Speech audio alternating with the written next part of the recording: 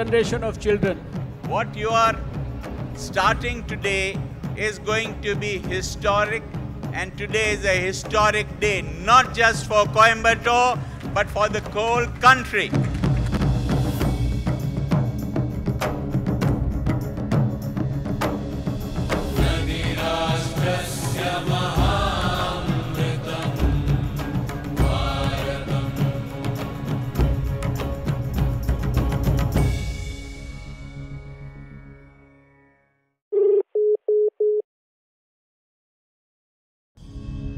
Every Indian should stand up and do this. Whoever you are, wherever you are, if you consume water, you must be a part of this. The next 30 days, I am on the road covering thousands of kilometers. I want you to stay awake with me.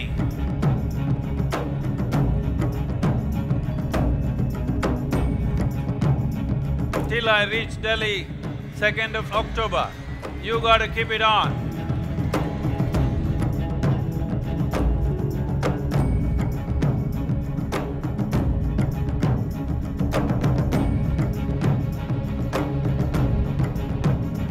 I think Sadhguruji, it's not your initiative anymore, it's ours and it's mine. Whatever capacity that I can, I'll definitely be supporting this cause. I pledge my support and I wish it all the very best. இன்றைக்கு ஆரம்பிக்கக்கூடிய இந்த நிகழ்வு தொடர்ந்து சென்னை மற்றும் India முழுவதும் இந்த பயணம் செல்ல வருகிறார்கள். அவர் எடுத்துக்கொண்டிருக்கக்கூடிய முயற்சி அற்புதமான முயற்சி. It is the duty of all of us Indians to see that we protect the rights of the future generation of children. What you are starting today is going to be historic, and today is a historic day, not just for Coimbatore, but for the whole country.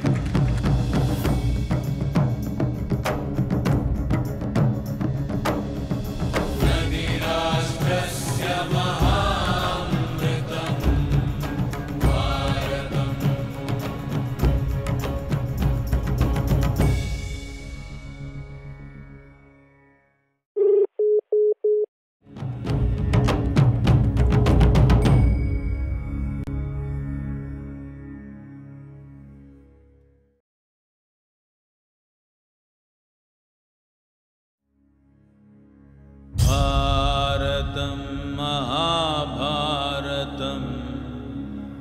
Ganga Narmada Punya. இது தமிழ்நாட்டிலிருந்து ஆரம்பிக்குது இந்த rally for rivers.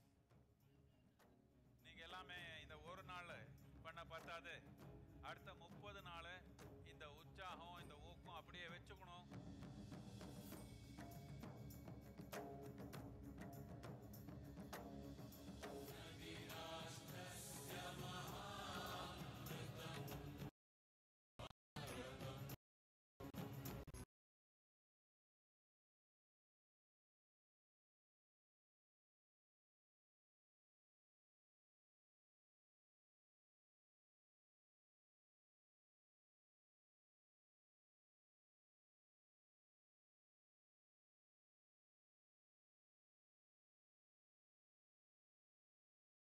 கஷ்டப்படுத்துறதுக்காக நான் சொல்லல, கஷ்டப்படக்கூடாதுன்றதுக்காக சொல்றேன்.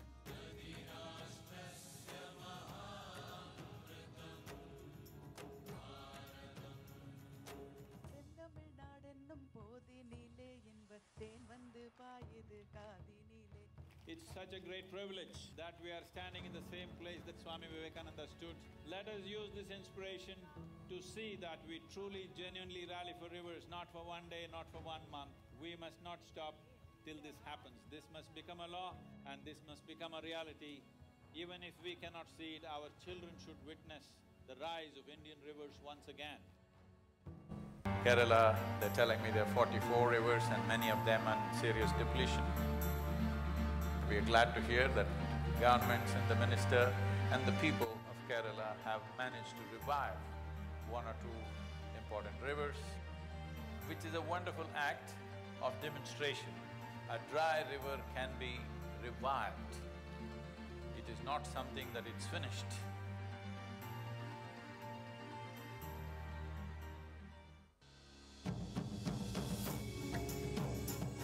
மூணு நாள் நீங்க தண்ணி குடிக்கலன்னு வச்சுக்கோங்க, யாரோ ஒருத்தர் கையில ஒரு கிளாஸ் தண்ணி ஊற்றி வச்சு போறாங்க. போய் காலில் விழுகிறீங்களா இல்லையா? விழுகிறீங்க.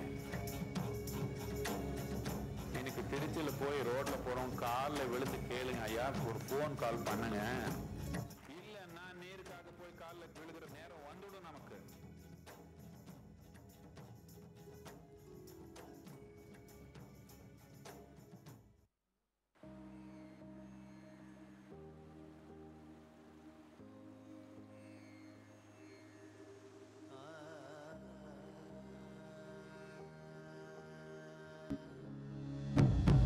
இது தமிழ்நாட்டிலேருந்து ஆரம்பிக்குது இந்த ரேலி ஃபார் ரிவர்ஸ். நீங்கள் எல்லாமே இந்த ஒரு நாள் பண்ண பத்தாது, அடுத்த 30 நாள் இந்த உற்சாகம் இந்த ஊக்கம் அப்படியே வச்சுக்கணும்.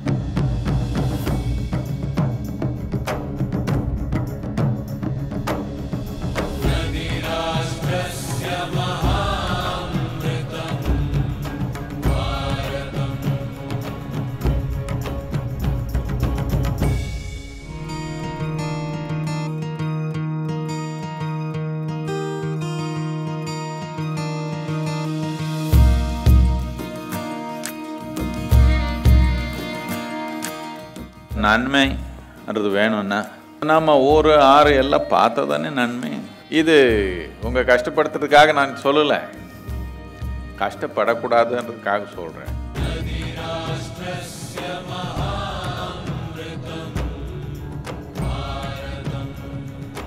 செந்தமிழ்நாடென்னும் போதினிலே என்ப தேன் வந்து பாயுது காதினிலே. It's such a great privilege that we are standing in the same place that Swami Vivekananda stood. Let us use this inspiration to see that we truly, genuinely rally for rivers, not for one day, not for 1 month. We must not stop till this happens. This must become a law and this must become a reality. Even if we cannot see it, our children should witness the rise of Indian rivers once again. இது தமிழ்நாட்டிலேருந்து ஆரம்பிக்குது இந்த rally for reverse. நீங்கள் எல்லாமே இந்த ஒரு நாள் பண்ண பத்தாது, அடுத்த 30 நாள் இந்த உற்சாகம் இந்த ஊக்கம் அப்படியே வச்சுக்கணும்.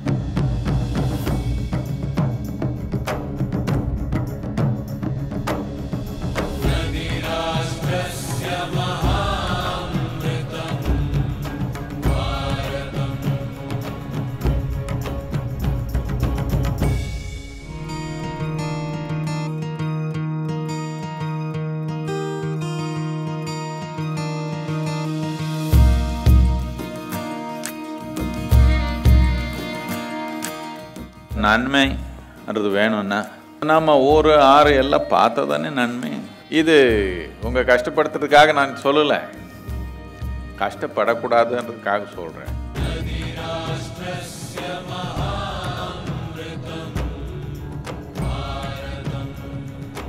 செந்தமிழ்நாடென்னும் போதினிலே என்ப தேன் வந்து பாயுது காதினிலே. It's such a great privilege that we are standing in the same place that Swami Vivekananda stood. Let us use this inspiration to see that we truly, genuinely rally for rivers, not for 1 day, not for 1 month. We must not stop till this happens. This must become a law and this must become a reality. Even if we cannot see it, our children should witness the rise of Indian rivers once again.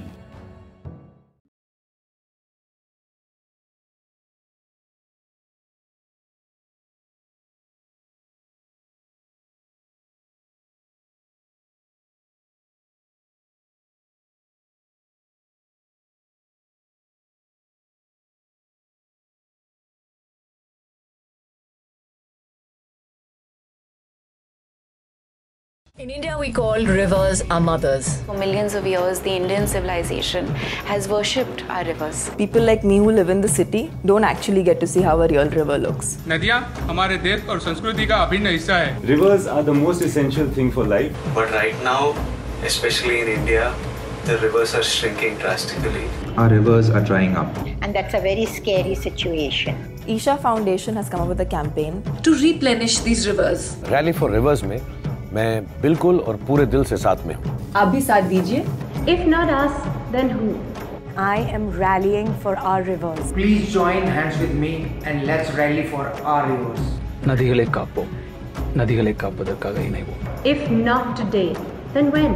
आप भी इसमें शामिल हो सकते हैं, अपना हाथ से हाथ मिला सकते हैं. Give a missed call on 8009 8009. By making this one missed call, you're making a vote. I hope and I wish that you do the same. और अपने सब दोस्तों को, जान पहचान वालों को, सबको कहिए कि ये बहुत बहुत बहुत ज़रूरी है. नदियाँ हमारी और हमारे देश की लाइफलाइन है. नदियाँ नहीं तो हम नहीं.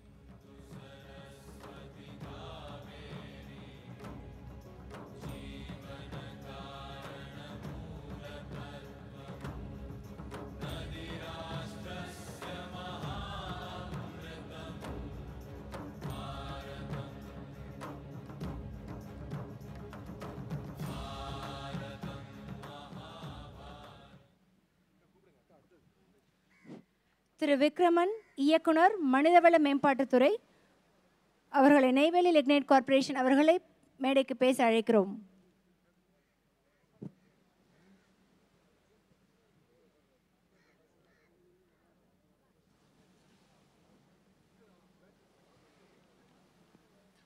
அனைவருக்கும் காலை வணக்கம்.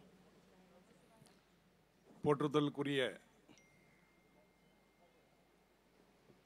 சத்குரு ஐயா அவர்களே, இந்த மாநிலத்தின் முதலமைச்சர் திருமிகு மாண்புமிகு நாராயணசாமி அவர்களே, ஏனைய மாண்புமிகு அமைச்சர் பெருமக்களே, இங்கே நதிகளை காப்போம் என்ற ஒரு உன்னத உணர்ச்சி பூர்வ மூமெண்ட் என்று சொல்லக்கூடிய ஒரு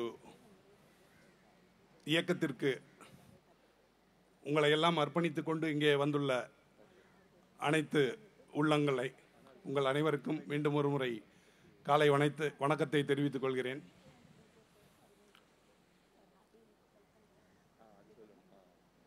இந்த மாதம் 3ஆம் தேதி நமது சத்குரு ஐயா ஒரு மாபெரும் இயக்கத்தை 30 நாட்களுக்கு மேற்கொள்ள கோயம்புத்தூர் மாநகரில் ஆரம்பித்து இன்று நாம் 4வது இடமாக இங்கே பாண்டிச்சேரி நகரில் கூடியுள்ளோம். நதிகளை மீட்போம், த ரேலி ஃபார் ரிவர்ஸ் என்ற ஒரு மாபெரும் இயக்கம். சத்குரு ஐயா கூறியது போல இது ஒரு போராட்டமோ ஒரு ஆர்ப்பாட்டமோ அல்ல. மக்களின் சக்தி நமக்கு என்ன தேவை என்பதை நாடு அறிவதற்கு மட்டுமல்லாமல் நம்முடைய நாட்டை ஆள்கிற அரசாங்கத்திற்கு எடுத்துரைக்கும் விதமாக இந்த ஒரு மூமெண்ட் அருமையாக வடிவமைக்கப்பட்டு இன்று எழுந்தேறிக் கொண்டிருக்கிறது. உங்களுடைய அனைவருடைய, நாட்டு மக்களின் அனைவருடைய பங்களிப்புடன்.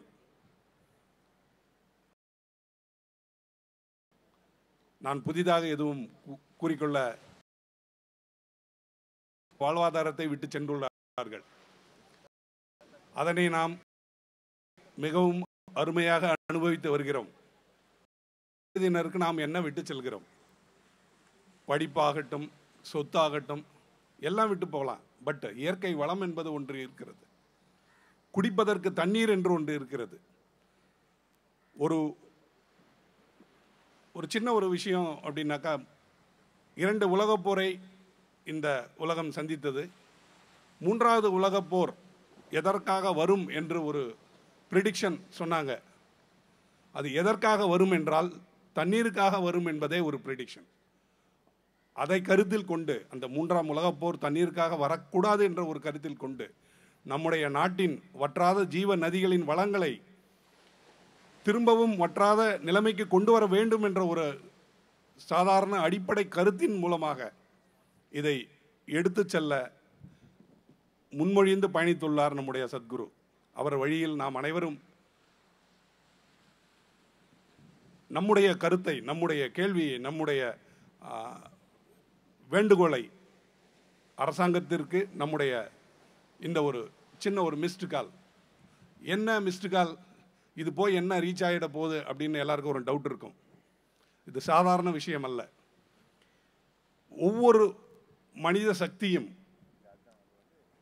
ஒவ்வொரு இந்திய குடிமக்களும் தமக்கு என்ன தேவை என்பதை நாம்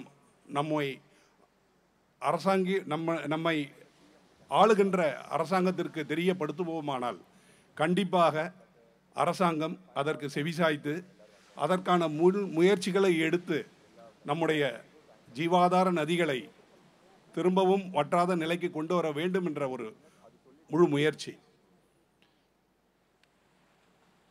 2 வகையான நதிகள் இருக்கின்றன. ஒன்று வற்றாத ஜீவநதி என்று சொல்லக்கூடிய வற்றாத ஜீவநதிகள், அப்புறம் சீசனல் ரிவர்ஸ், அப்போ மழை பெஞ்சால் மட்டும் ஆற்றில் தண்ணி இருக்கும்.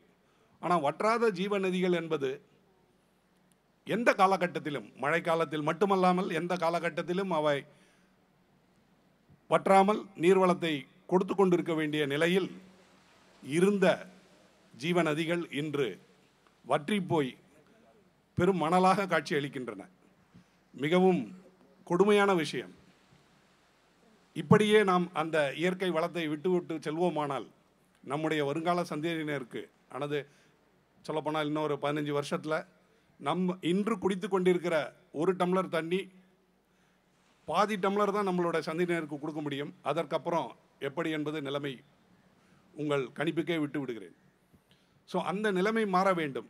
இன்று நம்ம 1 டம்ளர் தண்ணி குடிக்கிறோம்னாக்கா நாளைக்கு நம்முடைய சந்ததியினர் கண்டிப்பாக 1 டம்ளருக்கு மேலே தண்ணி கிடைக்கணும் அப்படின்ற ஒரு நிலைமைக்கு நாம் அனைவரும் நம்முடைய இயற்கை வளத்தை, வற்றாத ஜீவநதியின் தன்மையை பேணி காத்து அதை திரும்பவும் வற்றாத அளவிற்கு கொண்டு செல்ல வேண்டும் என்ற ஒரு இயக்கத்தின் அடிப்படையில் இந்த ஒரு mass movement of rally for rivers என்ற ஒரு அருமையான விஷயத்தை நாம் அனைவரும் ஈடுபடுத்திக் கொள்வோம்.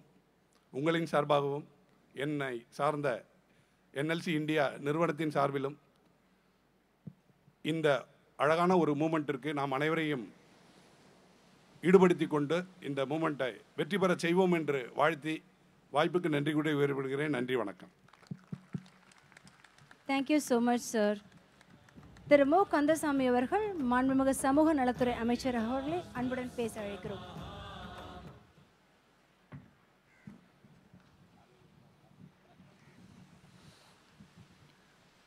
நதிகளை இணைக்க வேண்டும் என்ற நாடு முழுவதும் நீர் ஆதாரங்கள் எதிர்கால மக்களுக்கு தேவை என்று ஒரு நல்ல முயற்சி எடுத்துக்கின்ற ஐயா சத்குரு அவர்களே, நிதி இல்லைனாலும் நீரை சேமிக்க வேண்டும் என்று புதுச்சேரி அரசாங்கம் ஆலோசனை சொல்லுகின்ற செயல்பட்டு கொண்டிருக்கின்ற மாண்புமிகு முதலமைச்சர் அவர்களே, நீரை சேர்க்க வேண்டும் என்ற பொறுப்புள்ள பொதுப்பணித்துறை அமைச்சர் அவர்களே, அமைச்சர் அவர்களே, பல்கலைக்கழகத்துடைய பதிவாளர்களே, இந்த நிகழ்ச்சிக்கு ஒத்துழைப்பு கொடுத்த சர்க்குருடைய அனைத்து பொறுப்பாளர்களே, எல்லாருக்கும் மேலாக நீரை சேர்க்க வேண்டும், எதிர்காலம் நீர் மட்டும்தான் எதிர்காலம் மக்களுக்கு வழிகாட்டி வந்திருக்கின்ற அனைத்து நிகழ்ச்சியில் கலந்து கொண்ட தாய்மார்களே, பெரியவர்களே, பத்திரிகை நண்பர்களே, அனைவர்களுக்கும் பணிவான வணக்கம். இன்று நாடு முழுவதும் நதிகளை இணைத்தால் நம்ம வல்லரசு நாடாக வந்துவிடலாம். அதை வருவதற்கு முன்னாள் பாரத பிரதமர் நாட்டை வழிநடத்திய அம்மா சோனியா காந்தி அவருடைய ஆலோசனை 10 ஆண்டு காலம் நதிகளை இணைக்க வேண்டும் என்று ஏற்பாடு செய்கின்ற போது ஒரு கூட்டணி அரசாக இருப்பதனால் ஒரு முடிவெடுக்குவதற்கு காலதாமமாகிவிட்டது. இப்போது இருக்கின்ற பாரத பிரதமர் மோடி அவர்கள் நிச்சயமாக நதிகளை கட்சி பாகுபாடு இல்லாமல் நான் பேச வேண்டும் என்று நான் ஒரு அமைச்சராக பேசவில்லை. இந்த நாட்டோடைய ஒரு குடிமகனாக ஒரு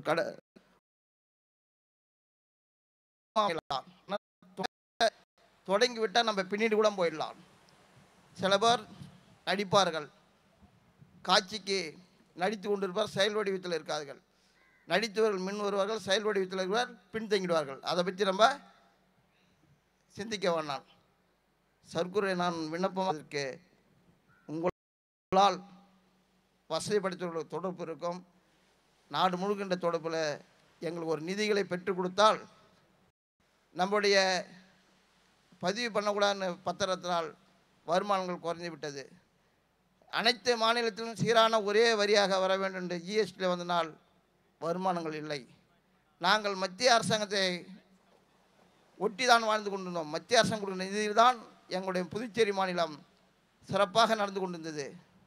மத்திய அரசாங்கம் நிதி குறைவாக கொடுக்கின்ற காரணத்தால் எங்களால் நலத்திட்டமும் செய்ய முடியல, அடிப்படை வசதியும் செய்ய முடியல. நான் கூட அமைச்சர் நமச்சிவாயம் சொல்லி கொண்டிருப்பேன், பெற்றதே தவறு, ஆட்சி அமைச்சதே தவறு. நிதி இல்லாமல் நிலையில் நம்ம இலவச வானான் ஏழைகளுக்கு மட்டும்தான் இலவசம்னு சொல்லி ஏழைகளும் வசதியானால் இலவசத்தை விட்டு கொடுக்கின்ற ஒரு எண்ணத்தை உருவாக்க வேண்டும். நதிகளை எப்படி நம்ம இணைக்க வேண்டும் என்று ஏழைகளுக்கு மட்டும்தான் இலவசம் தர வேண்டும் என்று பாரத பிரதமர் மோடி ஒரு முடிவெடுக்க வேண்டும் கூறி இந்த சர்க்குரு சாமி அவர்கள் இன்றின்றே தொடர்ந்து பாரத பிரதமரும் ஜனாதிபதிகளையும் பார்த்து ஒரு நல்ல மாற்றத்தை கொண்டு வந்து அனைத்து மாநில முதலமைச்சரையும் அழைத்து பேசுவதற்கு நீங்கள் உறுதுணையாக இருக்கும் என்று கூறி இந்த நிகழ்ச்சியில் கலந்து கொண்ட அனைவர்களுக்கும் மீண்டும் ஒரு முறை நன்றி சொல்லி வாய்ப்புக்கு நன்றி கூறி விடைபெறுகிறேன். நன்றி ஐயா.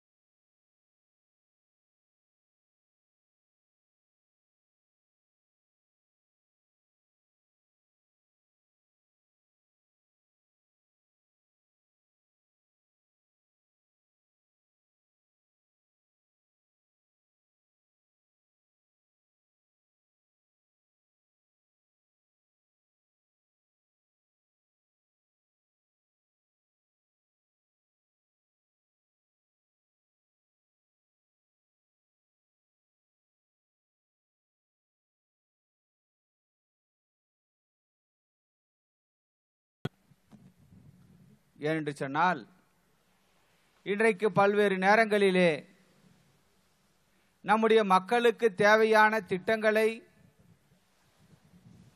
நம்முடைய அரசாங்கம் மறந்திருந்தாலும் கூட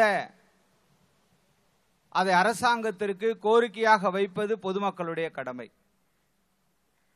அந்த அடிப்படையிலே இன்றைக்கு ஜாதி, இனம், மொழி, மதம், அரசியல் என்ற வேறுபாடுகளை எல்லாம் கடந்து இன்றைக்கு நம்முடைய நதிகளை இணைக்க வேண்டும், நம்முடைய நதிகளை மீட்க வேண்டும் என்ற ஒரே கோஷத்தோடு இன்றைக்கு சர்க்குரு அவர்கள் இத்தகைய விஷயத்தை அவர்கள் கையில் எடுத்திருக்கின்றார்கள். நான் பல நேரங்களிலே ஈஷா ஃபவுண்டேஷனோடு தொடர்பிலே பல நேரங்களிலே இருந்திருக்கின்றேன். கிட்டத்தட்ட சர்க்குரு அவரிடத்திலே கிட்டத்தட்ட ஒரு வாரம் கோயம்புத்தூரிலே தங்கியிருந்து யோகா போன்ற கலைகளையும் கற்றுக்கொள்ளக்கூடிய வாய்ப்பை என்னுடைய அருமை சகோதரர் கேப்டன் பிரதாபன் அவர்கள் ஏற்படுத்தி கொடுத்திருந்தார்கள். அந்த அடிப்படையிலே கடந்த 10-15 ஆண்டு காலமாக தொடர்ந்து சர்க்குருவினுடைய நடவடிக்கைகளை நான் தொடர்ந்து கவனித்து கொண்டிருக்கின்றேன். அதனோடு தொடர்ந்து நாங்கள் பயணித்து கொண்டிருக்கின்றோம் என்று சொல்லுகின்ற பொழுது அதிலே எங்களுக்கு மிகுந்த பெருமை உண்டு, அக்கறை உண்டு. அந்த அளவிற்கு சர்க்குரு எந்த ஒரு செயலை செய்தாலும் அதை மிக சரியாகவும் நேர்த்தியாகவும் அதை கச்சிதமாகவும் செய்து முடிக்கின்ற வல்லமையும் அத்தகைய ஆற்றலும் சர்க்குருக்கு உண்டு. நான் பல நேரங்களிலே நான் பார்த்து வியந்திருக்கின்றேன். இன்றைக்கு அந்த ஈஷா ஃபவுண்டேஷன் என்று சொல்லக்கூடிய அந்த அமைப்பானது இன்றைக்கு எந்த ஒரு செயலை செய்வதான்றாலும், ஒரு சிறிய செயலை செய்வதான்றாலும் கூட அதை கவனமாகவும் நேர்த்தியாகவும் எளிமையாகவும் செய்யக்கூடிய அந்த பாங்கு பக்குவம் நான் பல நேரங்களிலே கண்டு வியந்திருக்கின்றேன், ஆச்சரியப்பட்டிருக்கின்றேன். அத்தகைய நிலையிலே தான் இன்றைக்கு சர்க்குரு அவர்கள் இந்த நதிகளை மீட்க வேண்டும் என்று ஒரு உன்னத ஒரு லட்சியத்தை இன்றைக்கு கையில் எடுத்து இன்றைக்கு நம்முடைய நாடு முழுவதும் இன்றைக்கு ஒரு பிரச்சார பயணமாக மக்களிடத்தில் விழிப்புணர்வை ஏற்படுத்துகின்ற ஒரு இயக்கமாக இந்த இயக்கத்தை கொண்டு வர வேண்டும். ஏனென்று சொன்னால் இன்றைக்கு ஒரு சமுதாயம், ஒரு அரசாங்கம் மட்டுமே எல்லாவற்றையும் செய்துவிட முடியாது. அதிலே பொதுமக்களுடைய பங்களிப்பும் இன்றைக்கு நிச்சயமாக அவசியமாக ஒன்றாகத்தான் இன்றைக்கு இருக்கின்றது. எந்த ஒரு திட்டத்தை அரசாங்கம் கொண்டு வந்திருந்தாலும் கூட அது பொதுமக்களுடைய ஒத்துழைப்போ அக்செப்டன்ஸ் என்று சொல்லக்கூடிய அத்தகைய ஏற்புத்தன்மையோ இல்லை என்று சொன்னால் அந்த திட்டம் நிச்சயமாக நிறைவேறாது, வெற்றி அடைய முடியாது. அதனால்தான் இன்றைக்கு அந்த பொதுமக்களுடைய பங்களிப்பை இன்றைக்கு நாம் திரட்ட வேண்டும் என்ற உன்னத நோக்கோடு இன்றைக்கு சர்க்குரு அவர்கள் இத்தகைய முயற்சிகளை எடுத்துக்கொண்டிருக்கின்றார்கள். இன்றைக்கு நாம் பொதுவாக நாம் நினைக்கின்றோம், நம்முடைய மக்கள் மத்தியில் இருக்கின்ற ஒரு பொதுவான ஒரு எண்ணம் என்னவென்று சொன்னால், நம்ம பிள்ளைங்களுக்கு நாம் சொத்து சேர்த்து வச்சாதான் அது எதிர்காலத்தில் நிம்மதியாக இருக்க முடியும், நிம்மதியாக வாழ முடியும், அது மட்டும்தான் அவங்களை காப்பாற்றும் அப்படி நினைச்சு நாம் சொத்து சேர்க்கிறது தான் நம்ம பிள்ளைங்களுக்கு, நம்முடைய சந்ததியினருக்கு அதைத்தான் நாம் கவனமாக இருந்து அதை செய்கிறோமே தவிர எதிர்காலத்திலே நம்முடைய பிள்ளைகளுக்கு குடிப்பதற்கு தண்ணீர் கிடைக்குமா என்பதை நாம் சிந்திக்க மறந்திருக்கின்றோம். அதைத்தான் இன்றைக்கு சர்க்குரு அவர்கள் கையில் எடுத்திருக்கின்றார்கள். நம்முடைய சந்ததியினருக்கு சொத்து சேர்ப்பது மட்டும் ஒரு கடமை அல்ல, நம்முடைய நீரை பாதுகாப்பது, நம்முடைய இயற்கையை பாதுகாப்பது, நம்முடைய விவசாயத்தை பாதுகாப்பது, இப்படி அனைத்து தன்மைகளையும் நாம் பாதுகாத்து நாம் இருந்தால்தான் நம்முடைய எதிர்கால சந்ததியினர் நிம்மதியாக வாழ முடியும், சுத்தமான காற்றை சுவாசிக்க முடியும், சுத்தமான குடிதண்ணீரை குடிக்க முடியும். இப்படி இந்த அமைதியான நம்முடைய உலகத்தில் நாம் வாழ முடியும். இத்தகைய நிலைமையை உருவாக்க வேண்டியது, உருவாக்குவர்களோடு நாம் கைகோர்த்து நாம் நிற்க வேண்டியது இந்தியனுடைய ஒவ்வொரு இந்தியனாக பிறந்தவருடைய ஒவ்வொரு கடமையாக, இந்த நாட்டுடைய குடிமக்களுடைய கடமையாக நாம் எடுத்துக்கொள்ள வேண்டும் என்பதைத்தான் இன்றைக்கு சர்க்குரு அவர்கள் ஒரு விழிப்புணர்வு பிரச்சாரமாக இன்றைக்கு மேற்கொண்டிருக்கின்றார்கள். நம்முடைய புதுவை அரசை பொறுத்தவரையிலே மரியாதைக்குரிய முதலமைச்சர் அவர்கள், நம்முடைய மரியாதைக்குரிய அமைச்சர் கந்தசாமி அவர்கள் சொல்லுகின்ற போது ஒன்று சுட்டிக்காட்டி சொன்னார்கள், நிதி பற்றாக்குறை இருந்தாலும் கூட இன்றைக்கு இந்த நீர் மேலாண்மை என்று சொல்லக்கூடிய அந்த மேலாண்மையை உருவாக்குவதற்கு பல்வேறு நிதிகளை தனியான முறையில் அவர்கள் உருவாக்கி கொடுத்திருக்கின்றார்கள்.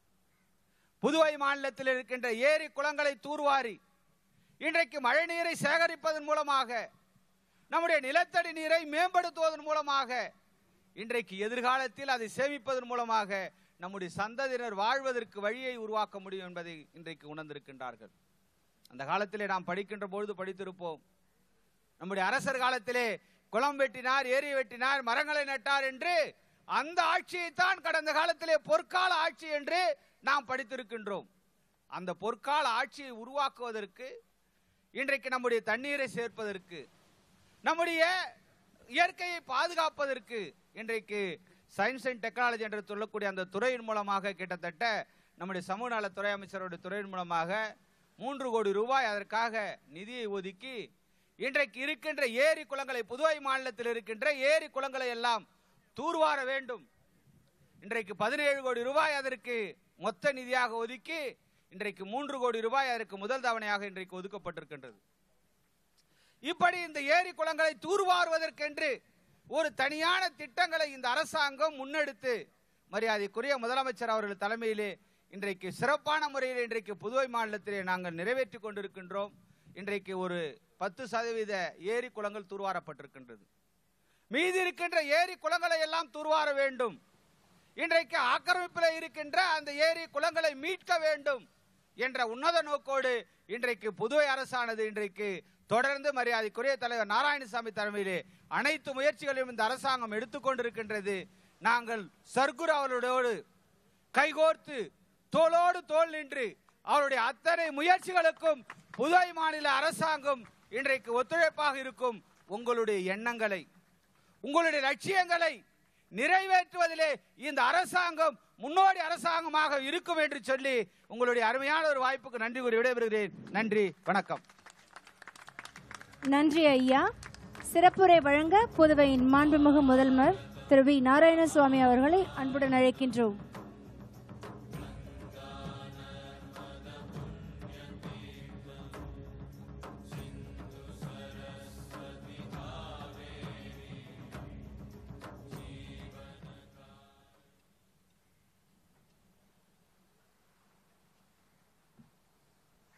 பெரும் மதிப்புக்கும் மரியாதைக்கும் உரிய ஈஷயோகா அமைப்பினுடைய நிறுவனர் ஐயா சர்க்குரு அவர்களே,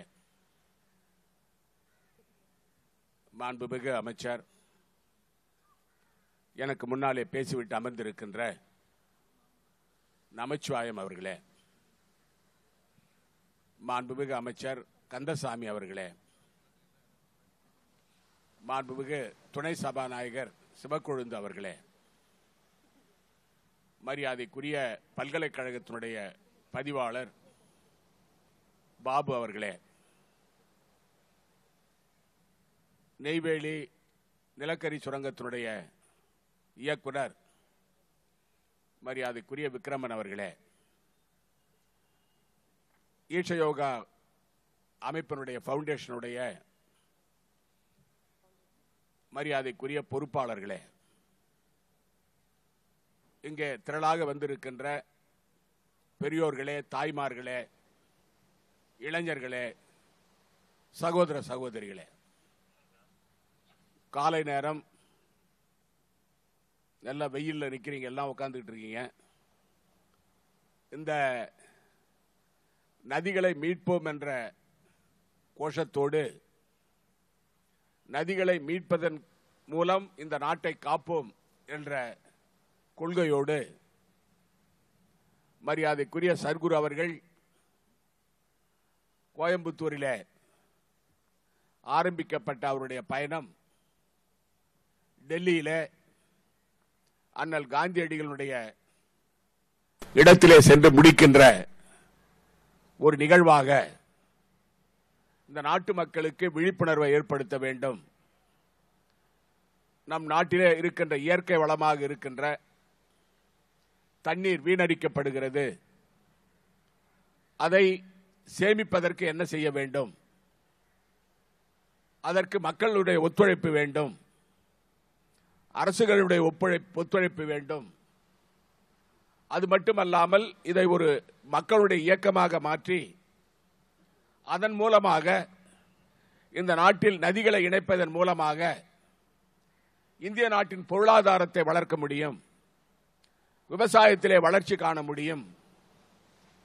அதன் மூலமாக நம் நாட்டிலே மக்களுக்கு சுபிட்சமான வாழ்வு கிடைக்கும் என்ற நல்ல நோக்கத்தோடு இந்த இயக்கத்தை ஆரம்பித்திருக்கின்ற மரியாதைக்குரிய சத்குரு அவர்களுக்கு என்னுடைய வாழ்த்துக்களையும் பாராட்டுகளையும் நான் தெரிவித்துக் கொள்கிறேன். எனக்கு நன்றாக நினைவு இருக்கிறது, நான் பாராளுமன்ற உறுப்பினராக இருந்த சமயத்தில் நதிகள் இணைப்பு சம்பந்தமாக பாராளுமன்றத்தில் பல விவாதங்கள் வந்திருக்கின்றன. அந்த விவாதத்தில் கடந்த 25 ஆண்டுகளுக்கு முன்பு அனைத்து நிதிகளையும் இணைப்பதற்கு ராவ் என்பவருடைய கமிட்டி ஒரு தன்னுடைய பரிந்துரைகளை நம்முடைய அரசுக்கு, மத்திய அரசு கொடுத்திருக்கிறார்கள். அப்பொழுது அவர் குறிப்பிட்ட தொகை, பண்டித நேரு அவர்கள் இந்த நாடுடைய பிரதமராக இருந்த பொழுது அவர் கொடுத்த அறிக்கையில 45,000 கோடி ரூபாயில கங்கையிலிருந்து காவேரி வரை அனைத்து நதிகளையும் இணைக்கலாம் என்று அவர் தன்னுடைய அறிக்கையிலே குறிப்பிட்டிருந்தார்கள். அதை செய்திருந்தால் இப்பொழுது மாநிலத்துக்கு மாநிலம் தண்ணீரை பகிர்ந்து கொள்வதற்கு சண்டை இருந்திருக்காது. நாம் பார்க்கிறோம், பஞ்சாப், ஹரியானாவில் ரவி பியாஸ் நதியினுடைய தண்ணீர் பங்கீடு சம்பந்தமாக தொடர்ந்து அங்கே விவாதம் நடந்து கொண்டிருக்கிறது, நீதிமன்றத்திலே வழக்கு நடந்து கொண்டிருக்கிறது. அது மட்டுமல்லாமல் கங்கோத்திரியிலிருந்து ஆரம்பிக்கின்ற கங்கை நதியானது உத்தரகாசி மூலமாக, உத்தரகாசியிலிருந்து உத்தரகண்ட் மாநிலம் வந்து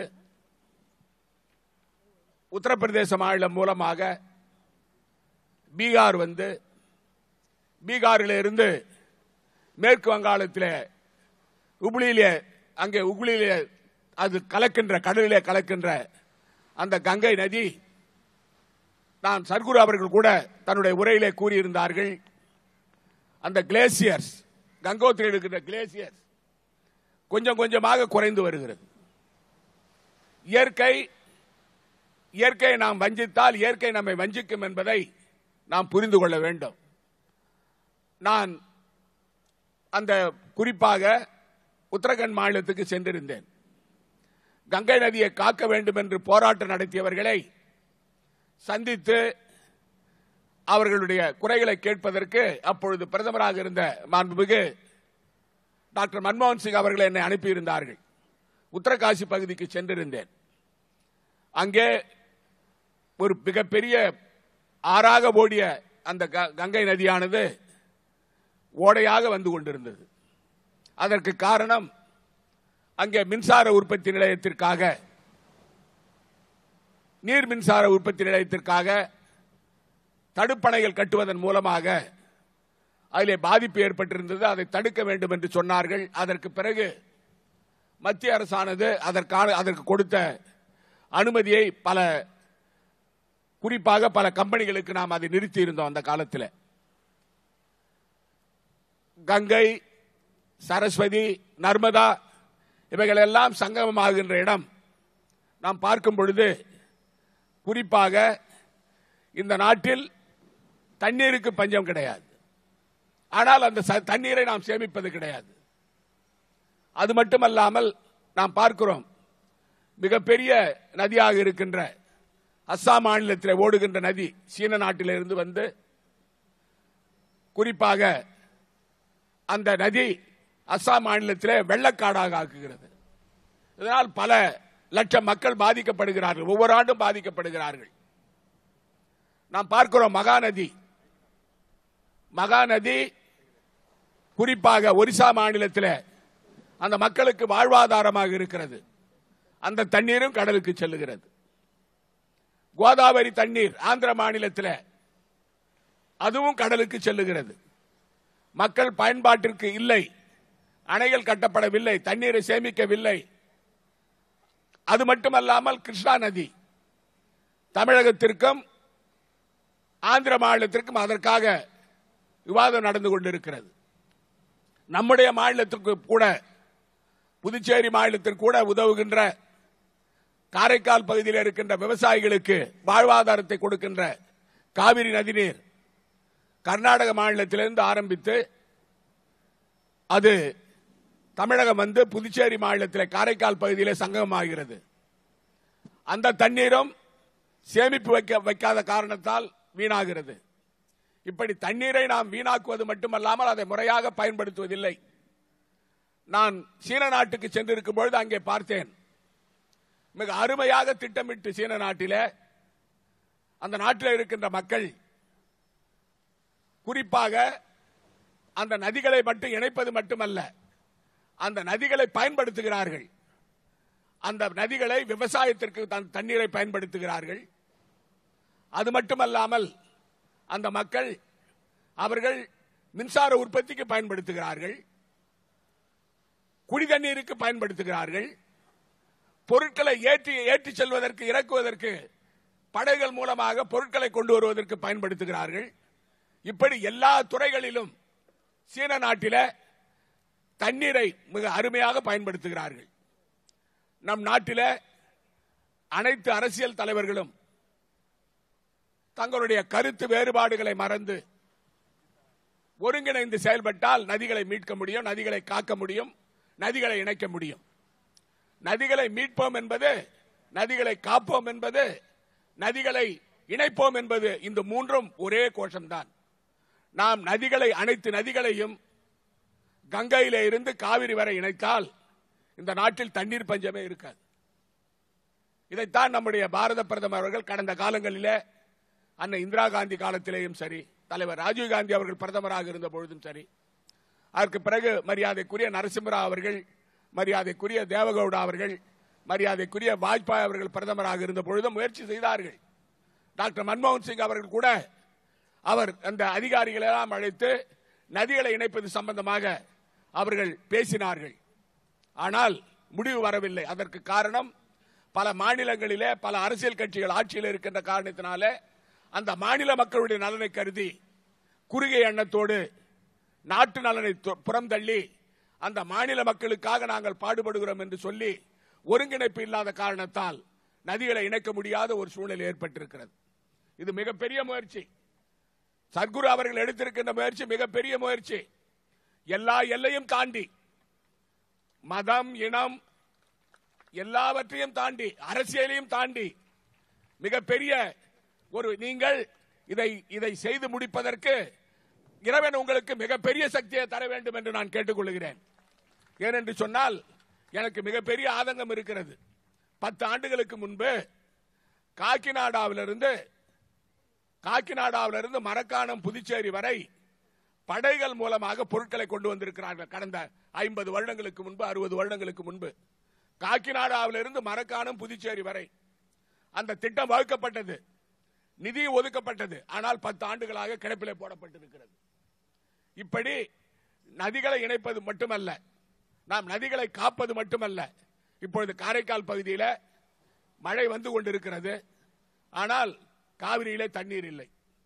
144 ஆண்டுகளாக நம்முடைய காரைக்கால் பகுதியில் புஷ்கரணி என்ற குடமுழுக்கு நடத்துவது நிறுத்தப்பட்டிருந்தது.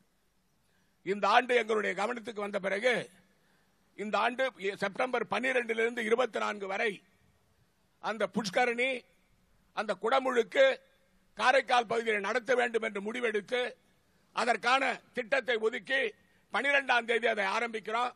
144 ஆண்டுகளுக்கு பிறகு எப்படி மாயவரம் பகுதியிலே, கும்பகோணம் பகுதியிலே குடமுழுக்கு நடத்துகிறார்களோ, அந்த காவிரி நீரை கொண்டு வந்து அதன் மூலமாக செய்வதற்கு நடவடிக்கை எடுத்து, குறிப்பாக நம்முடைய இந்து பாரம்பரியத்தை கடைபிடிப்பதற்காக, இந்து மக்களுடைய உணர்வுகளை புரிந்து கொண்டு நாங்கள் செய்து கொண்டிருக்கிறோம். எங்களுடைய அரசை பொறுத்தவரையில் அனைத்து சமுதாய மக்களுக்கும் கொடுக்க வேண்டிய உரிமையை கொடுப்பது, அனைவருக்கும் சமமான நீதி கொடுப்பது, அது மட்டுமல்லாமல் எங்களுடைய மாநில மக்களை நான் கேட்டுக்கொள்வது ஒன்று மட்டும் கேட்டுக்கொள்கிறேன். மாநில மக்களை, தண்ணீரை சிக்கனமாக பயன்படுத்திக் கொள்ளுங்கள். உங்களுக்கு நாங்கள் பார்க்கிறோம், கிராம பகுதிகளுக்கு சென்றாலும் சரி, நகர பகுதியில் சென்றாலும் சரி, தண்ணீரை சிக்கனமாக கடைபிடிக்கின்ற அந்த முறையே நம்முடைய புதுச்சேரி மாநிலத்தில் மக்கள் கடைபிடிப்பதில்லை என்பது வருத்தமான ஒரு விஷயம். தண்ணீர் பஞ்சம் வருகின்ற சமயத்திலே தான் யோசிக்கிறார்கள். 2 ஆண்டு காலம் வறட்சி இருந்தாலும் கூட நாங்கள் எங்களுடைய திட்டத்தின் மூலமாக மாண்புமிகு பொதுப்பணித்துறை அமைச்சர் அவர்களும், மாண்புமிகு சமூக நலத்துறை அமைச்சரும், எங்களுடைய அமைச்சர் பெருமக்கள் எல்லாம் புதுச்சேரி மாநிலத்தில் உள்ள மக்களுக்கு குடிதண்ணீர் பஞ்சம் இருக்கக்கூடாது என்பதற்காக நிதியை ஒதுக்கி மக்களுக்கு தடையில்லாமல் தண்ணீரை கொடுத்து வருகிறோம். மற்ற மாநிலங்களில் போராட்டம் நடக்கிறது, ஆர்ப்பாட்டம் நடக்கிறது. புதுச்சேரி மாநிலத்தில் பாதுகாக்கப்பட்ட குடிதண்ணீரை இந்த மக்களுக்கு கொடுக்கிறோம். அது மட்டுமல்ல, இன்னொரு மகிழ்ச்சியான செய்தி, எங்களது புதுச்சேரிக்கு ஒரு தரம் வாய்ந்த நகரம், ஸ்மார்ட் சிட்டி மத்திய அரசாங்கத்துடைய ஒப்புதலோடு நாம் செய்திருக்கிறோம். அதை நிறைவேற்றுகின்ற நடவடிக்கையில் இறங்கி இருக்கிறோம். அதன் மூலமாக புதுச்சேரி மாநிலத்தில் 24 மணி நேரமும் மக்களுக்கு குடிதண்ணீர் வசதி, மின்சார வசதி, சிறப்பான சாலை வசதி, அது மட்டுமல்லாமல் பாதாள சாக்கடை திட்டத்தை நிறைவேற்றுவது, தரமான கல்வி சாலைகளை அமைப்பது, தரமான மருத்துவமனைகள் அளிப்பது என்ற திட்டத்தை எப்படி பிரெஞ்சு கலாச்சாரத்தை ஒட்டி பிரெஞ்சினுடைய கலாச்சாரத்தை பின்னி பிணைந்து ஒரு நகரத்தை உருவாக்குகின்ற வேலையை 2000 கோடி ரூபாயிலே நாம் செலவு செய்து அந்த நடவடிக்கை எடுக்கிறோம். நான் மாண்புமிகு பாரத பிரதமர் திரு நரேந்திர மோடி அவர்களுக்கு நான் நன்றி சொல்ல கடமைப்பட்டிருக்கிறேன். ஏனென்று சொன்னால் இப்பொழுது ஒரு திட்டத்தை ஆரம்பித்திருக்கிறார்கள். அதாவது மத்திய பிரதேசத்திலிருந்து பல நதிகளை இணைக்கின்ற ஒரு திட்டத்தை அறிவித்திருக்கிறார்கள். அதற்கு 5 லட்சம் கோடி ரூபாய் நம்முடைய பாரத பிரதமர் அவர்கள் அறிவித்திருக்கிறார்கள். அந்த திட்டம் படிப்படியாக நிறைவேற்றுவதாக கூறியிருக்கிறார்கள். எங்களுடைய கனவெல்லாம் நம்முடைய வாழ்நாளில் மட்டும் இல்லாமல் கூட நம்முடைய இளம் சந்ததியினுடைய வாழ்நாளில் கூட கங்கையும் காவேரியும் இணைத்தால்தான், அனைத்து நதிகளையும் இடையில் உள்ள நதிகள் அனைத்தையும் இணைத்தால்தான் நாம் தண்ணீர் பற்றாக்குறையை நீக்க முடியும், இயற்கை வளத்தை காக்க முடியும், விவசாயிகளை காக்க முடியும், நாட்டில் வளர்ச்சியை காண முடியும் என்று கூறி வாய்ப்புக்கு நன்றி கூறி விடைபெறுகிறேன். நன்றி, வணக்கம். நன்றி ஐயா. இப்போது நம்மிடையே வந்து பேச இருப்பவருக்கு அறிமுகம் தேவையில்லை. நாம் அனைவருமே அதற்காகவே காத்திருக்கிறோம். அவர் Sadhguru is with us. Our hearty welcome to him.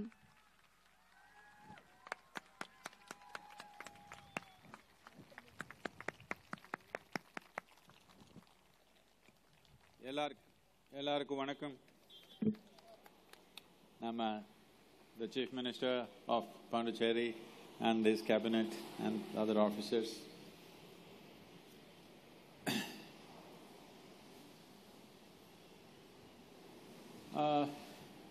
Hey Manju, give me that little placard. Why are you keeping two? I know this is not you're not rallying for rivers, you're just protecting yourself from the sun. All right? But that's okay. And that's what I want you to do for the next 30 days. Sun means like this, rain means like that, nothing happening means like this. Okay? This is what you should do for next 30 days. Why is this important? Many people are asking this question again and again. If I make this phone call, what will happen? Why is Sadhguru driving from Kanyakumari to Himalayas? Will his drive create rivers? Let me explain this properly to you. Right now, as the Chief Minister and other ministerial colleagues, what they have said is very significant because the fundamental problem, as Sri Narayan Swami just mentioned, the fundamental problem in the country has been this. Because rivers are a concurrent subject, no central government till now has been able to get the concurrence of all the states across political spectrum. This has been the main problem. So for the first time in the history of this nation, all the 16 states, the chief ministers are participating. This is concurrence. So this is concurrence of all the states. And the most wonderful thing that usually people think politicians are hard-nosed and difficult to deal with, but the most wonderful thing is still we have not presented the full presentation of the document to them without knowing what is the policy document. They have all concurred, which is truly fantastic. And we must understand this. For little things, we may be squabbling, we may be fighting on a daily basis, especially the political class, but when real issues come, we can trust them that they will stand together and make it happen. That's what that matters. And that is what they're demonstrating right now. When real issues for the nation come, everybody is willing to come together beyond religion, beyond caste and creed, beyond political affiliations. People are coming together. That's what is truly wonderful. It is just that they wanted to hear a fair voice which will not take sides. The moment they hear that, every one of them responding, I must say this, except two chief ministers who I had to meet and convince them as to what it is all about. All the others, I just wrote a letter.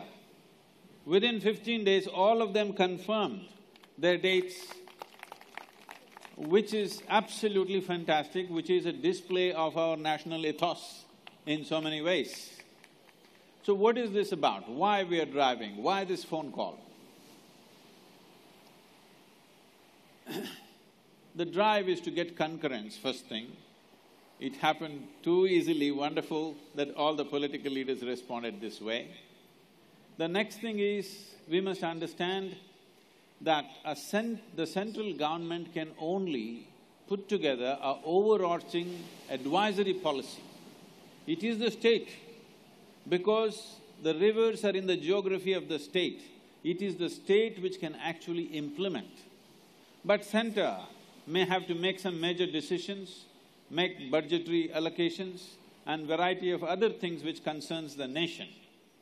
So this has to happen together, and above all, a policy like this, I'm telling you, so that if you have fanciful ideas that by the time I reach Delhi all the rivers will be up and flowing, if you have such an idea, I'm sorry to disappoint you, such a thing is not going to happen. Because I drive on the roads, highways and bylanes of India, it doesn't mean the rivers will flow. It is just that if we implement this policy aggressively, it will take 10 to 15 years to implement.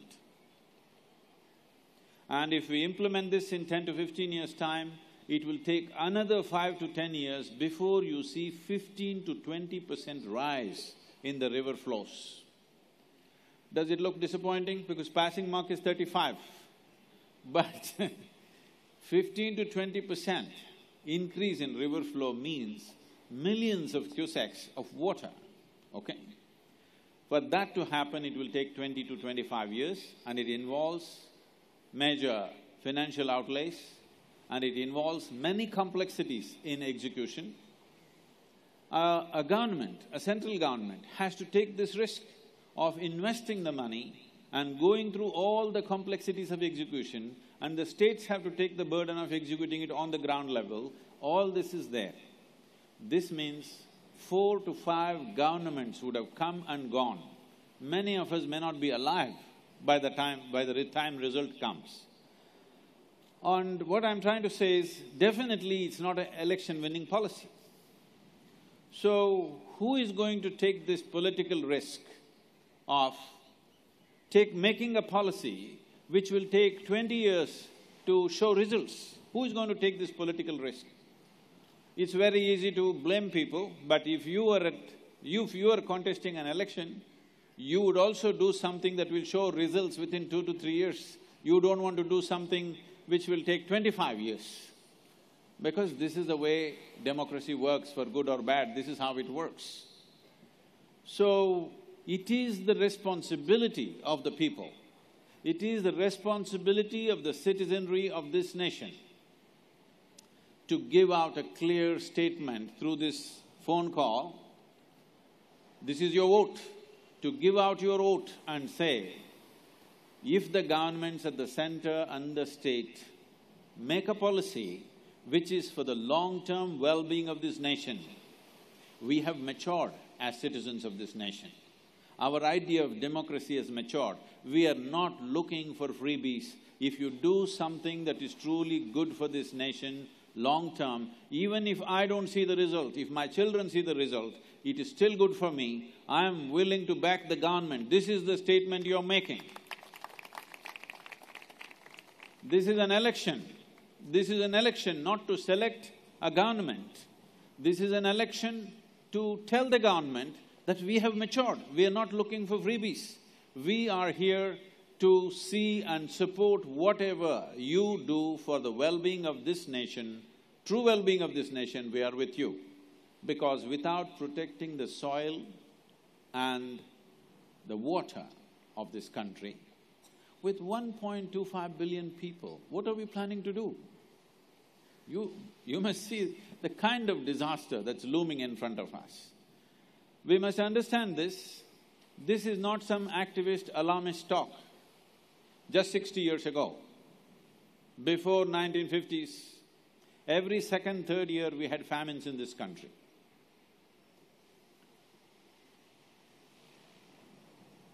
What is the number of people you think died in these famines? You think it's in dozens, hundreds, thousands? No, in millions. I thought the Bengal famine of 1943 killed 3.25 million people. Just today morning, somebody sent me a little piece of talk by Shashi Tharoor, and he's saying it's 5.3 million people died. In 2.5 months' time, 5.3 million people, or even if it's 3 million people, in 2.5 months' time, over 3 million people died. This is not a joke. How can we even forget it? This is not 1,000 years ago. This is just pre-independence. So, by depleting our soil and depleting our water sources and our population swelling like this, we are once again driving in the same direction. Well, people will argue, today such things will not happen, we will import food, we will do this, we will do that. Yes, of course, we will not let millions of people die in this country anymore. For today's transportation, technology and communication that we have, we won't let that happen. But large-scale migrations will happen. Once the villages and the rural areas run out of water, I want you to understand, this city will not be smart anymore. There will be people all over the place. And if they don't have water to drink, if their children are dying without water, they are going to break down the doors of your home and they will be inside also.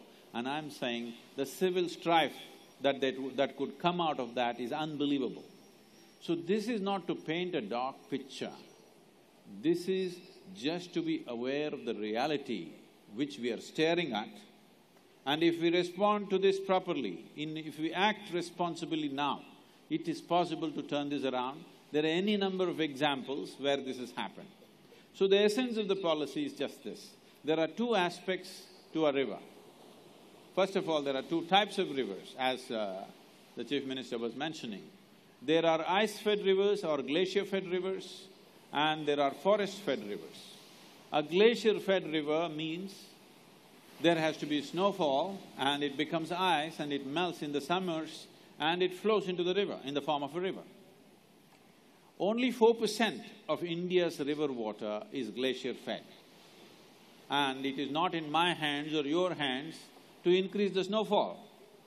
You definitely can't get snowfall in Puducherry, I'm sure you know that right now. So that is not in our hands, it's a global situation, we can't fix it just like that. But the rest of the rivers, fortunately, are forest-fed. What forest-fed means is, precipitation happens, rain happens. We must understand, in this country, we have only an average of 45 days of rain. That means, all the rain we get happens in 45 days. Because of our monsoon systems, that's how it works. People are trying to transplant the modules which they have implemented in Europe and North America and trying to transplant it here. That's not going to work because Europe has an average of 225 days of rain. We have 45 days of rain. All the water that comes down upon us comes down on approximately 45 days. What comes down in 45 days, we are required to hold it in the land and slowly let it into the rivers. This you and me cannot do, only large-scale vegetation or forests can do. Where there is vegetation, where there is an enormous root system, and where there is a whole lot of bioactivity, when water falls, it will percolate this way, held there and slowly flows out. There's a very beautiful saying, I'm not able to say this very well in Tamil, let me paraphrase the saying. In Tamil language it says, Kaveri should walk, she should not run. Right now she's running away. When the rain comes, she will run away. How to make Kaveri walk? Put a dam. If you dam her, we have dammed her, okay? Literally dammed her. No, dam is needed in certain places. On plain lands, if you build dams, then the amount of land it occupies and the kind of damage it does to the ecosystem, and above all, the volume of evaporation that it creates is over 65 to 70%. If 70% of the water is going to be evaporated, what kind of hydroeconomics is that? That's not going to work anyway. So, the only way you can hold Kaveri is with enormous amount of vegetation. Fortunately still, 25% of the land where the riverine land is still in the hands of the governments. This we are 100% sure, we will make it happen, and sir, all of you must cooperate. The land which is in the hands of the government must become forest, there is no question about it. We must learn to live with what we have already tamed. Rest must remain wild, because wild is not useless. Wild is very, very essential for our civilization. So what is in the government hands, we will make it into forests. The remaining 75% is in the farmers' hands. This is where the challenge is. Out of this, 6 to 8% of the land is in the delta area. Deltas we will leave that way, Pondicherry is fortunate that it is largely in the delta area. There is nothing much to do there, but they have lot of lakes in Pondicherry. I'm sorry, Puducherry.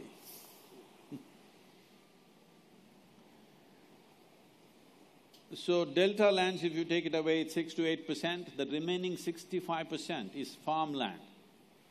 It is unfair to ask a farmer to save the river, save the country, save the world's ecology. This is completely unfair when he is just struggling for making a living. So we have come up with an economic plan, how to enhance farmers' income. If he moves from crop-based agriculture to tree-based agriculture, his economy or his economics can be enhanced 3 to 8 times over. We have demonstrated this in small demonstrations. Now we are in the process of signing an MOU with Maharashtra government to do this on the Chandrabhaga river, a 100-kilometer stretch, where we want to show the farmers a large-scale demonstration how shifting to tree-based agriculture can greatly enhance their income levels. We had a few Vietnamese experts working with us for for about 4 to 5 days here, just before this start of this rally. They were telling us their farmers moved from paddy cultivation to fruit cultivation, and their income went up 20 times over, 2,000%. We were amazed. We asked, how is that possible? They're laughing at us. Why they're laughing at us is, 20 years ago, these Vietnamese experts came as students to our agricultural universities. They studied there, they took this knowledge back home, made it into a practical solution for themselves, and their farmers' income went up by 20%, 20 times or 2,000%. But we have all this knowledge, many people have earned PhDs out of this, many scientific papers have been written about it, but it has not gotten to the farm. That's the biggest problem. So, right now, academics are not geared to go to the farm and implement it, that is not their work. Farmers are not educated to go to the university and get what they want. In between, that agency is completely missing. Here and there, small things are being done. I'm not saying it's not at all done, but small things are being done. Nationwide, this is the way to do it, has not come across. One biggest problem in India is, traditionally, out of traditional wisdom, they were growing what was appropriate for the soil. But in the last 25 years, our green revolution, which has done wonders to us on one level, people started growing crops. Now a sugarcane mill comes up here. Everybody grows sugarcane. Whether the land is suitable for sugarcane or not, it doesn't matter. Whether the soil is suitable for sugarcane or not, it doesn't matter. Because a sugarcane mill has come, everybody is producing sugarcane in the area, which is taking a lot of toll on the farmers. Farmers are immensely suffering because they're doing wrong crops in the soil that they have. In India, fundamentally, there are 8 types of soils. This is not rocket science. There is enough knowledge in the country to clearly know what you should grow in which topography, in what kind of soil, what kind of crops, in what kind of water usage. One more aspect is, when it comes to water usage, Chief Minister expressed his concern about this. I must say, 84% of our water is consumed by the agricultural sector. very small part of the land is actually irrigated, but still we are consuming 84% of our water resource. We are still irrigating the lands as we did 1,000 years ago. Many other nations are growing the same crops with a much, much higher yield with 10 to 20% of the water that we are utilizing. If you bring the right kind of technologies and right kind of water usage practices, the same crops can be grown with much higher yield and with less than 20% of the water that we are actually using right now. This would solve most of the problems. At least 50 to 60% of the problems that the farmer is facing could be solved just by this one act.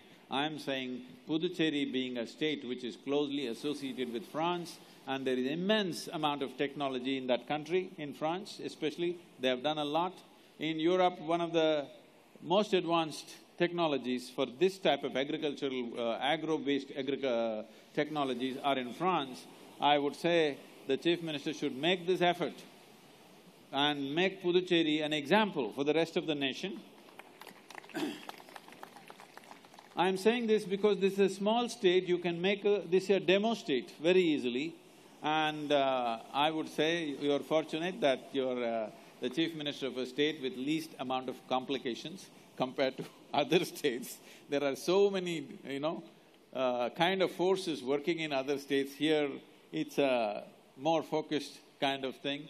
I feel if we set up Puducherry as a model, considering the geographic space is less and there is one kind of population, not many kinds, and there is no any kind of civil strifes, and there is no religious tensions, none of these things, I think this could be a very good demo place. And especially because of your association with France as a nation, who have done a phenomenal work in this. If we do not know this, France built the earliest canal systems in the world. Some of the most beautiful canal systems in 1700s. They built these things when there was no such thing anywhere in the world. So there is advanced technology there. There are French companies who would be very friendly to Puducherry to make this happen. I think Puducherry should become an example, a demo, a test case for India, how we can do this. With the same amount of water, if we can grow 5 times the crop, half our problem is over in many ways. And the next biggest problem in the country which is looming, which most people are unaware, is what you're sitting on right now. This is the soil on which you sit. Most people don't get it till the last day when they're buried, that we are actually a pop-up from this soil. This is just the soil and water that we call my body. So, if this body has to be well, this body of this planet has to be well. But right now, the depletion in soil is so high in this country, the minimum organic content that is demanded to consider soil as soil is 2%. But right now, in many places in the country like Haryana, Punjab, Marathwada, some parts of Tamil Nadu, Andhra Pradesh, in all these places and northern Karnataka, the soil is at a place where the organic content is 0.05%. In Tamil Nadu, the average organic content is 0.65%. What is needed is 2% to make it feel like soil. If you take out all the organic content, you will have a beach all over the country, without the ocean, of course. Because if you take away the organic content, soil becomes sand. This desertification of the nation is happening at a rapid pace. It is important that we address it. If we have to address it, there are only 2 sources. If you want to put organic content in this soil, there are only 2 sources, the leaves from the trees and the animal waste. Trees are already gone long time ago. Animals are all traveling outside the country. I'm not talking about dietary habits of people. If you want to eat an animal, this is not an issue. But when we export millions of animals outside the country, we must understand we are exporting the topsoil of this nation. Every year, we are losing 5.3 billion tons of topsoil in this country, which is over 1 millimeter. And the actual topsoil in the country is only about 15 inches. So you must make your calculations, how many years can we farm in this land? This part of the country, this part of the world, southern India, has a history of over 10,000 years of farming. There is no such history anywhere on the planet. But today, in one generation, we have reduced it to a place it will be very difficult to farm in the next 25 years. And one more most important thing happening is, today if you make a survey and ask all the farmers, how many of them want their children to get into farming? Believe me, it's less than 15%. This means a knowledge and knowing that we have acquired over 10,000 years, we are going to lose it in the next 25 years because the next generation will not take to farming. Do you believe that you can get agricultural graduates and make farming happen? Do you think so? You can get academics and grow food? Farmer, it is in his DNA, it is in his blood every day. He may be uneducated, but he just knows exactly what to do. If you try to do one thing, take a patch of 10 by 10 and try to grow one crop, you will see how difficult it is for you. It is not simple thing, it needs meticulous attention, and he is doing it effortlessly because it just grows with him. If you take away this knowledge from the country, we are facing a dire situation. Having said all these horrible things to you, right now it is possible that if all of us are determined, if we make a strong statement to the government, if you give them confidence and strengthen their hands, that people of this nation are with you, if you take long-term policies for the well-being of this nation, we can make this happen, and in the next 15 to 20 years, we can definitely see increase in the river flows. Please, let's make it happen. Thank you very much. வெயில் வந்தா என்ன பண்ணணும்? அடுத்த 30 நாள் இப்படி பண்ணணும். மழை வந்தா இப்படி பண்ணணும். ஒன்றும் இல்லைன்னா இப்படி போகணும். பண்ணிடலாமா? நான் ஃபோன் பண்ணிட்டேன் போய் தூங்கக்கூடாது. நான் 30 நாள் ரோட்ல இருக்க போறேன். நீங்க என்ன பண்ணிடுவீங்க? தூங்கிடுவீங்களா? நீங்க 3 நாள் தண்ணி குடிக்கலன்னு வச்சுக்கோங்க. யாரோ ஒருத்தர் அவர் கையில தண்ணி வச்சுட்டு போறாங்க. போய் அவர் காலில் விழுகிறீங்களா இல்லையா? நான் சொல்றது இப்பவே காலில் விழுந்துட்டு ஒரு ஃபோன் கால் பண்ணுங்கயான்னு கேட்டுடுங்க ரோட்ல. இப்பவே காலில் விழுந்துடலாமே. நீர் குடிக்காம காலில் விழுக்கிற பதில் இப்பவே விழுந்துட்டு கும்பிடிட்டு ஐயா ஒரு கால் கொடுத்துடுங்கன்னு ஒருத்தர் மினிமம் ஒரு 100 கால் பண்ற மாதிரி பண்ணிடணும் இந்த மாசத்துல. பண்ணிடுவீங்களா? நமஸ்காரம் எல்லாரும். We all with you, Sadhguru, always. நீங்க சொன்னபடி மிஸ் கால் அலர்ட் அதோட மதிப்பு எல்லாருக்குமே நல்லா புரிஞ்சிருக்கணும்னு நம்புறோம். கண்டிப்பா அடுத்த 25 நாட்கள் எல்லா அலைபேசியும் நாங்க கொடுக்க போற 80009 80009 மிஸ் கால்ல பிஸியாவே இருக்கும்னு ப்ராமிஸ் பண்றோம் சத்குரு. தேங்க்யூ. நமது இன்றைய நிகழ்விற்கு உறுதுணையாய் நின்று ஊக்கமும் ஆதரவும் அளித்த Times of India, Mahindra Rise, Adani groups, Viacom 18, Star, Sony, TV 18, Z, Dayanic Bhaskar, GMR, Hindustan Hindi, Hero FinCorp, BTV, Mahindra Finance, PVR Cinemas, Idea, Nick, Inox Air Products, Camlin, Red FM, Good Earth, Fever FM, Radio City, Big FM, ONGC, Finolex, Ola Cabs, IRCTC, CII, Vodafone, Live Pure, Indigo, Airtel, Meccan, Apollo, Dr. Reddy's, Adarsh Credit Cooperative Limited ஆகிய அனைத்து ஆதரவாளர்களுக்கும் விளம்பரதாரர்களுக்கும் எங்களது உளமார்ந்த நன்றிகளை தெரிவித்துக் கொள்கிறோம்.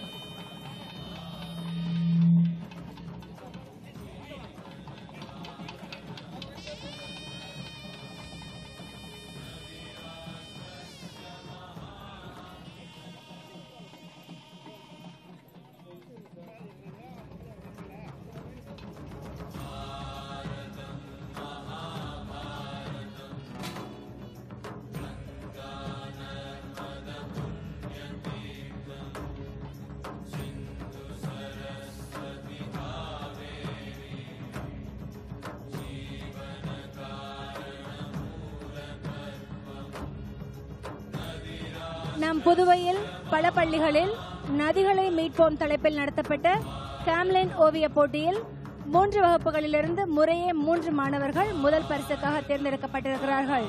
அவர்களுக்கான பரிசு தொகையை நமது முதல்வர் திரு வி நாராயணசாமி அவர்கள் வழங்குவார். இப்போட்டியில் ஜூரி பார்ட்னராக கர டீடைல்ஸும் இணைந்துள்ளனர். கேம்லின் சார்பில் அவர்களது பிரதிநிதி ஸ்ரீ ராஜ்குமார் அவர்களை வெற்றி பெற்ற குழந்தைகளோடு மேடைக்கு அழைக்கிறோம். S Aditya, class 5, Aditya Vidyashram. S Pooja, class 6, Amalorpavam higher secondary school. M.M. Nideepa, class 7, Aditya Vidyashram. Consolation prizes: P. Meghavarshini, 7th standard, Acharya Siksha Mandir. S. Harshini, 5th standard, St. Patrick's School. Varsha from 7th standard, Vivekananda Higher Secondary School. பரிசோடு இணையும் நம் கைத்தட்டல்கள் குழந்தைகளுக்கு இன்னும் அதிக உத்வேகத்தை தரும் என்பது மிகையல்ல. Let all of us enrich them with our big applause.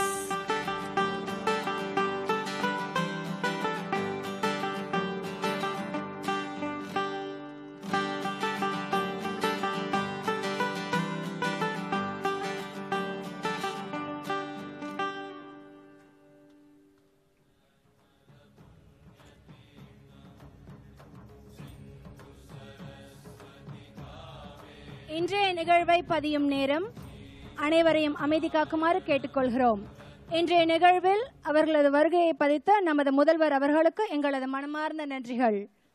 அனைத்து அமைச்சர்கள் மற்றும் விருந்தினர்களுக்கும் எங்களது உளமார்ந்த நன்றிகளை தெரிவித்துக் கொள்கிறோம். இப்போ கடைசியா பேசுறதுனால இது ஓட் ஆஃப் தேங்க்ஸ் இல்ல, நம் தேவை, நம் சந்ததியினரின் தேவை பற்றிய கருத்து குவியல்கள். இதில் நம் பங்கு என்ன, நாம் என்ன செய்ய போகிறோம்?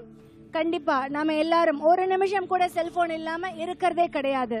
யாரையும் தேடுவதில்லை, நம்ம செல்போனை மட்டும்தான் தேடுறோம். இதுல மிஸ் கால் பதிவு கஷ்டமான விஷயமா? கண்டிப்பா இல்ல. நம்பர் கண்டிப்பா மறக்காது. 8000